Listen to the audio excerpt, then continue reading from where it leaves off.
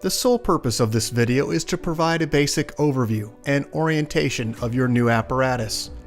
This video is not intended to act as or replace individualized driver-operator training. Individual fire departments may base guidelines, policies, and procedures tailored for best practices. Pierce Manufacturing and Hughes Fire Equipment representatives are not liable for injuries caused from acts resulting from actions inconsistent with the information provided within this video and/or accompanying manuals. Refer to the Operation and Maintenance Manual for complete details relating to the components and features of this apparatus. Only trained personnel should operate this vehicle or perform maintenance. You are responsible for learning how to operate this fire apparatus under all conditions without having to refer to the manual while operating at an emergency incident. This video will discuss types of warnings and caution labels. It is your responsibility to locate and identify each of the labels and understand the importance and associated hazards. Warning labels will point out procedure that must be taken or action that must be avoided to guard against the possibility of serious injury or death. Caution labels will advise you that there is a risk of damage to property if certain precautions are not followed. Continuous training, reviewing of operation and service manuals, developing good standardized practices will assist driver operators with a more complete understanding of the components and operation of this fire apparatus. As the driver operator of this vehicle, you are responsible for understanding the function of each component of the apparatus, maintaining control of the fire apparatus at all times while in operation.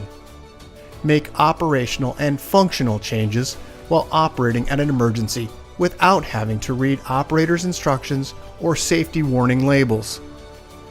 Operate manual override and emergency shutdown procedures immediately if a component fails to operate properly. Components location may vary with each Pierce fire apparatus. Review the exact location of each component prior to operation. Major inconsistencies between your vehicle and the information contained in this video should be directed to your sales representative. Safe operation of any vehicle is the responsibility of the driver operator. You must learn the location and function of all controls, switches, gauges, valves, inlets, and discharges. Due to a higher center of gravity, heavy trucks have a significantly higher rollover tendency than other types of vehicles. To reduce the risk of rollover, avoid making sharp turns, excessive speed, and avoid abrupt maneuvers. In the event of a rollover crash, an unbelted person is significantly more likely to become injured or die than a person wearing a seatbelt. In the event of a crash, unbuckled occupants can also become a hazard to other occupants, as they may be thrown around inside the cab. Seatbelts are required while in operation. Please refer to your warranty certificates for details and information enclosed in your manuals. Customer-installed equipment must be mounted to withstand road travel and comply with NFPA 1901. Modifications such as drilling holes or welding to structural frame components of the chassis are not permitted. Contact Pierce for instruction and review of non-structural sheet metal or other dissimilar metals for modification. Follow the radio installation guide for further assistance on installing or mounting electronics. Before placing your new apparatus into service, perform a primary inspection of key components of the apparatus, including all fluid levels, anti-lock braking systems, electronic stability control, and automatic traction control. Weigh your apparatus to ensure that it conforms to axle and brake ratings. Never exceed the gross axle rating printed on the label inside the cab. Exceeding these ratings could lead to reduced component life, personal injury, or death. Review the use of auxiliary braking systems, compression brake, exhaust brake, electronic retarder, and hydraulic retarder. Before placing the apparatus in service, refer to the operational maintenance manuals. Information on the operation and maintenance functions for the components such as the pump, pressure governor, and foam systems, along with other options, is provided in either the Pierce manuals and/or other manufacturer support information delivered with the apparatus. If you need more information, please contact Hughes Fire Equipment. Congratulations, Maricopa, Arizona, on your new fire apparatus, job number 32394. Please utilize this job number when referencing your apparatus with Hughes Fire Equipment and Pierce Manufacturing. Let's get started on a brief orientation of your new apparatus. Starting down underneath the front bumper face, you'll find dual air horns. Moving up from that location, you'll find two mechanical sirens. Located in the center, you'll find your electronic siren and PA speaker system. Moving up onto the front bumper extension, you'll find two D-latches, which will gain access to your front bumper load. Moving up onto the face of the vehicle, you'll find your headlight cluster, low beam and high beam. High beam is on the intersection.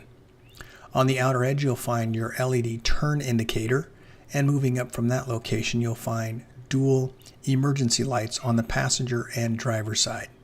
Located directly behind the Pierce logo is the latch to release your hood. Moving up onto the seamless one-piece windshield, you'll find 3 windshield wipers. And moving to the brow of the apparatus, you'll find 5 running lights. Located in the center, you'll find a forward-facing floodlight. Moving up to the roof of the apparatus is where you'll find your emergency warning light bar. Located inside the center of that light bar is where you'll find your traffic advisor opticom system. On the outer edges, you'll find dual mirrors. Lower section will be flat and the upper portion is convexed. Let's take a look at the front bumper area. This is with the released cover open. As we look just to the side of the apparatus, you'll find the 2 connections, 1.5-inch discharge ports, which are swivel.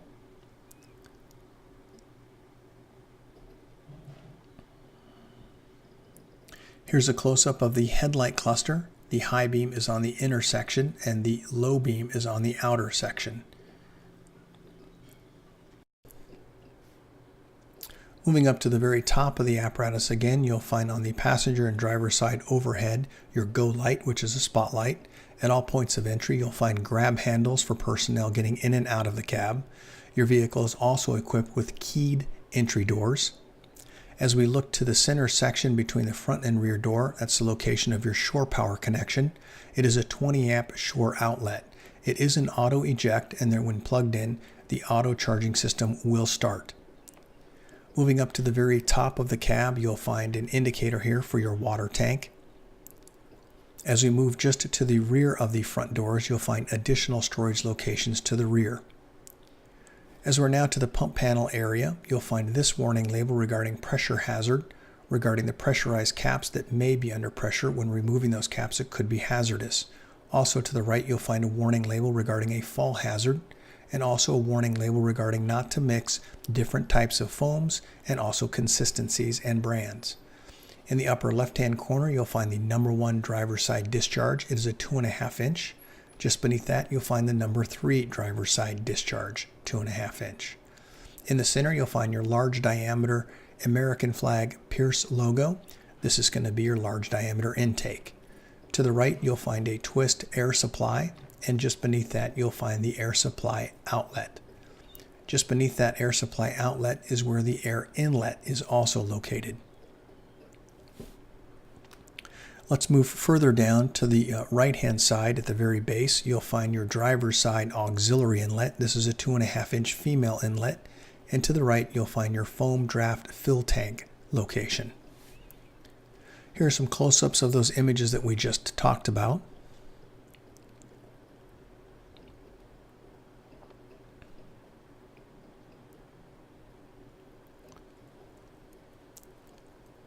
Let's go ahead and move just above this location, which is where your cross lays are located. At the very top, you'll find a dead load or dead lay.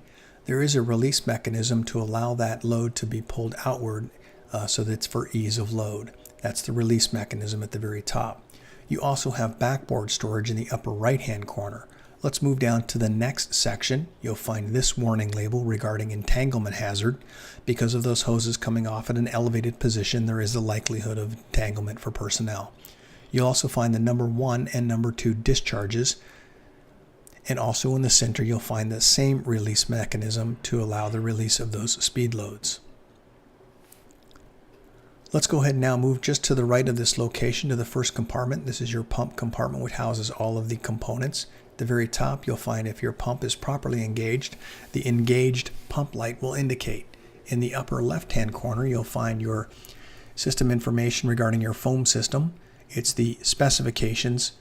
To the right, you'll find a over pump heat indicator. And just to the right of that, you'll find your foam A tank indicator.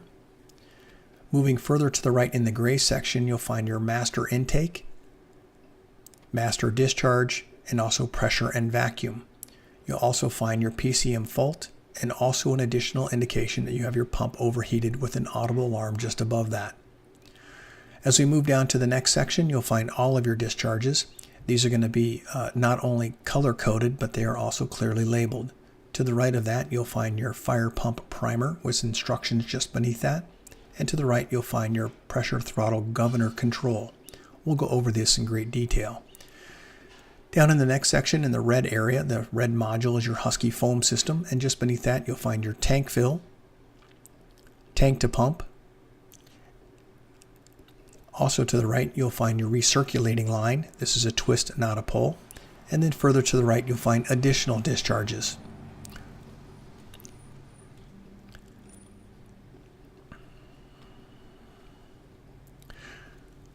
Just beneath the pierced placard, this is the 150, 200, and 250 maintenance schedule. It provides you with the GPMs associated with those test pressures and also the GPM.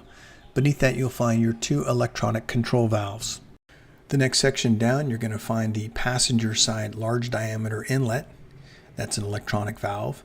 And you'll also find all your associated discharge drains down at the very bottom and across the side. You will find this access panel, which we'll talk about in a few moments, and then you'll also find this warning label regarding only authorized and trained personnel should operate this vehicle. Let's go ahead and move back up to the very top section and cover some of the things in detail. First, starting with the foam system instructions on the left-hand side. You'll also find your Husky Foam System 3 specifications. Moving to the right, you'll find your pump overheat indicator. This is an automatic indicator regarding your pump overheating. And to the right, you'll find your foam A tank indicator. This is the amount of foam that is in your foam tank. To the right, you'll find your master intake. In between the master intake and master discharge is where you'll find your test gauge ports for vacuum and pressure. And then as we move further to the right, past the master discharge to the right-hand side, you'll find your PCM fault, which is an amber indicator. Just beneath that PCM fault, you'll find an audible alarm. The outer edge of the bezel will allow you to increase or decrease the sound volume. Just beneath that, you'll find an additional pump overheat indicator, which would also be in the amber color. Let's move to the far left-hand side of your pump panel. This is near the section of the roll-up door. You'll find your monitor operation station. And then just beneath that, you'll find a multitude of switches, and we'll cover those next. Starting at the very top, you do have an air horn button. You have future switch locations and your real rewind switch. As we move to the right, you'll find the primer for your fire pump. There is additional information for enhanced priming, best performance to run at 1,000 RPMs while priming. Just beneath that, you'll find the real blowout. This is a twist, not a pull. And then let's go ahead and move to the right-hand side. This is your Pierce pressure throttle governor. In the upper left-hand corner, you'll find if lit, amber color, check engine. To the right, if lit, you'll find red, stop engine. In between the two, you'll find your RPM digital readout. There's also diagnostic information for your engine in the next section down.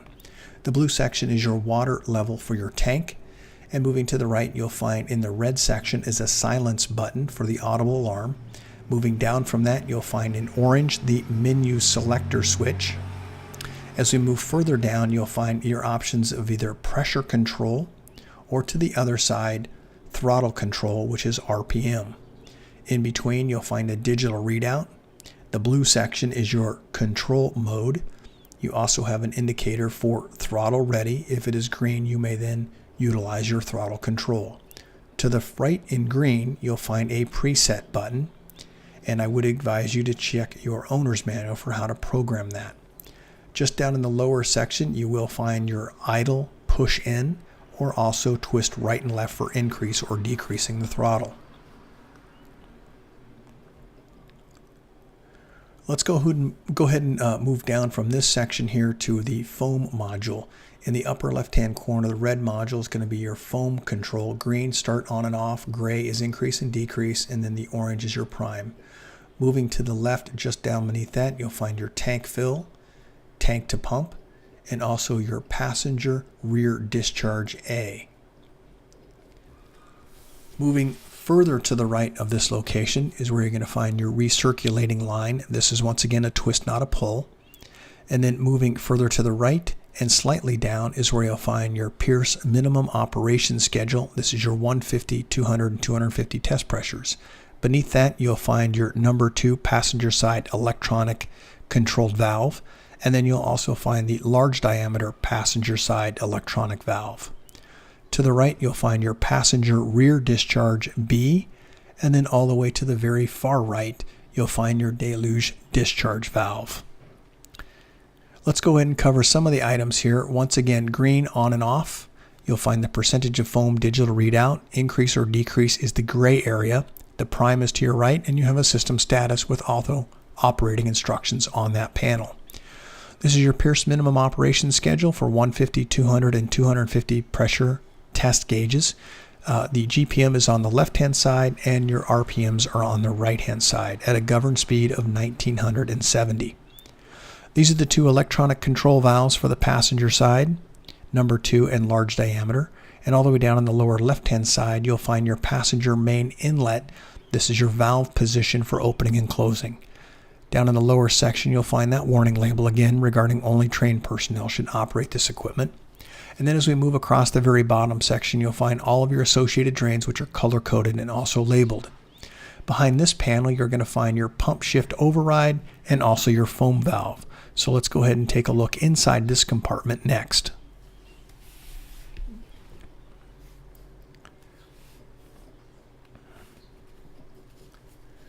This is the location for your manual pump shift override.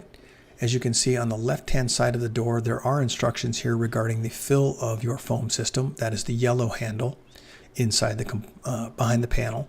And then as we move to the front section, you'll find this red protected switch. This is your manual pump shift override, and you'll find an amber indicator if indicated and lit. You also have 2 bottle storage locations just in front of the rear tire. To the rear of the tire, you'll find your fill locations for your DEF, which is the blue cap.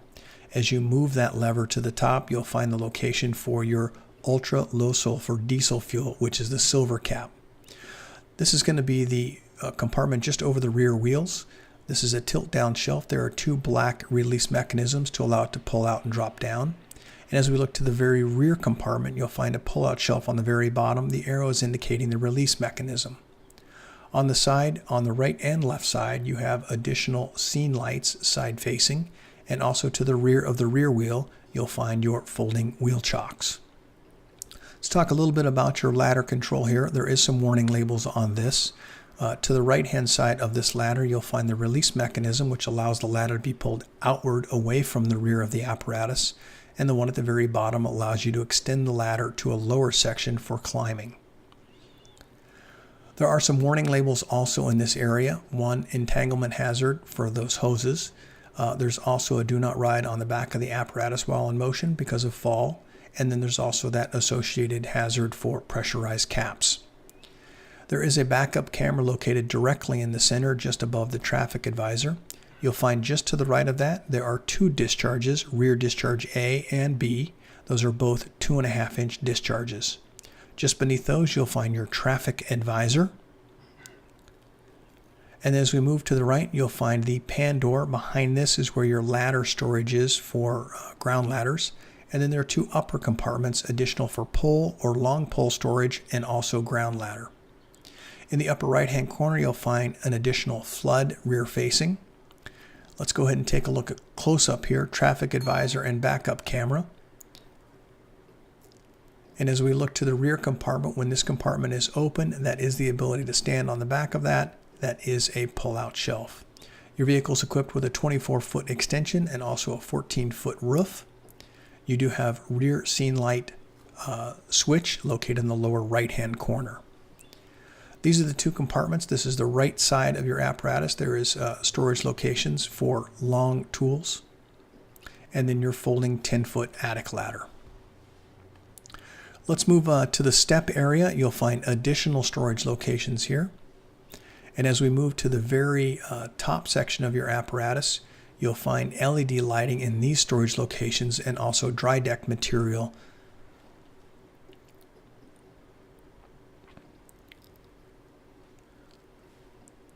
Let's go ahead and move now to the midsection or dunnage area at the top of the apparatus.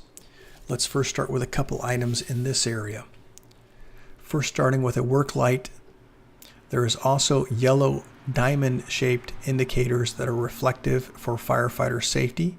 There's also the water fill location at the very top left, and also the foam fill location for tank A. Moving up, difficult to see in this image, this is your Husky foam system hydraulic pump.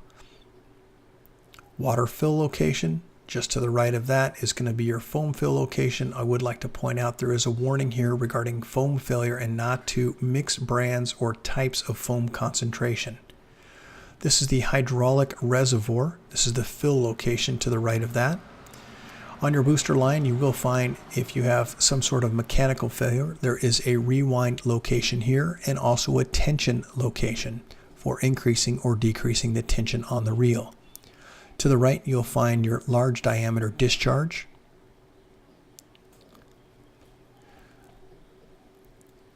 There is also top mount control in addition with down in the storage location for your pump panel. It's the same communication module on both the bottom side and also the top side. On the top of the cab, you're going to find these warning labels regarding not walking on the top of this. It is a slick surface and be cautious. You'll also find the location better image here of your two GO lights. Those are the spotlights. Just a close-up image here of the rear section of your apparatus. We'll move now through some of the compartments here to identify some more additional items. You do have adjustable shelves here and also LED lighting. As we move to the next compartment, you have two SCBA bottle storage locations and also an oxygen bottle storage location. In front of the rear wheel, you'll find two additional bottle storage locations. And as we go over the rear wheel, you'll find this pegboard tool board. This is a D handle which allows it to be pulled to the outward position. On the hinge side, there is a locking mechanism to hold it open, and you'll also need to release that to restore it back to its original position. In the next forward compartment, you'll find additional 12-volt access blocks and also bottle storage location or SCBA.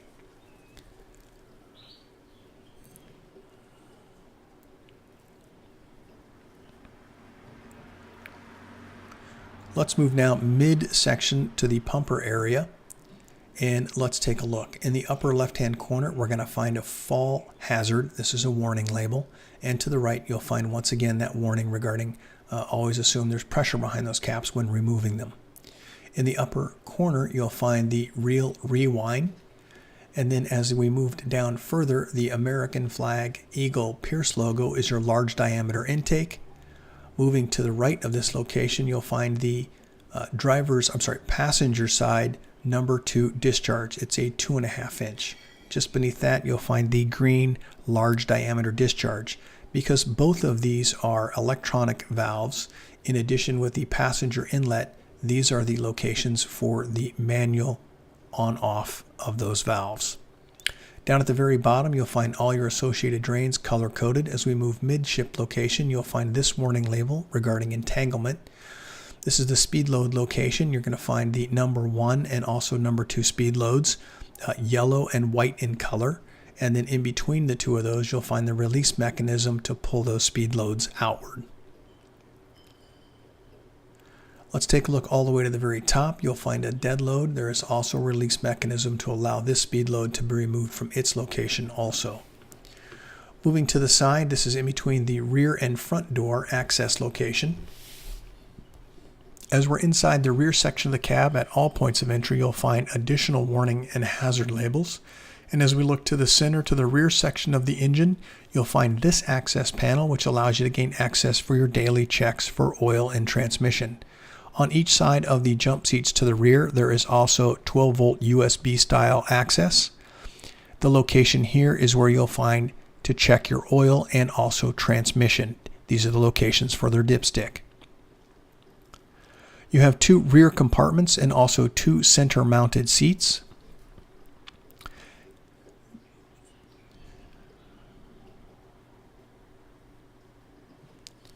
Underneath the 2 compartments in the rear, you will find additional storage locations. This door does drop down on both the right and left side. There is overhead headset system for your intercom. In behind each of the driver and passenger seat, you'll find additional components.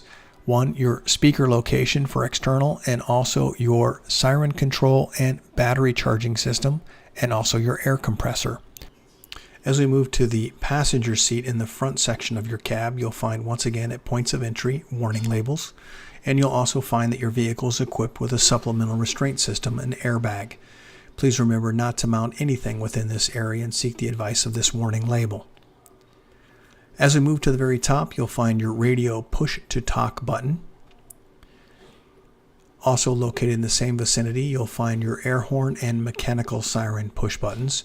Just forward of this location, you'll find your data recorder, and to the dash, you'll find a map book light. Located in the center section, you'll find a USB 12-volt access point. You'll also find this warning label regarding spare wiring behind the panel. You may find these throughout your cab. They're an indication as to where locations of wires terminate. Also moving forward, you'll find your vehicle data recorder.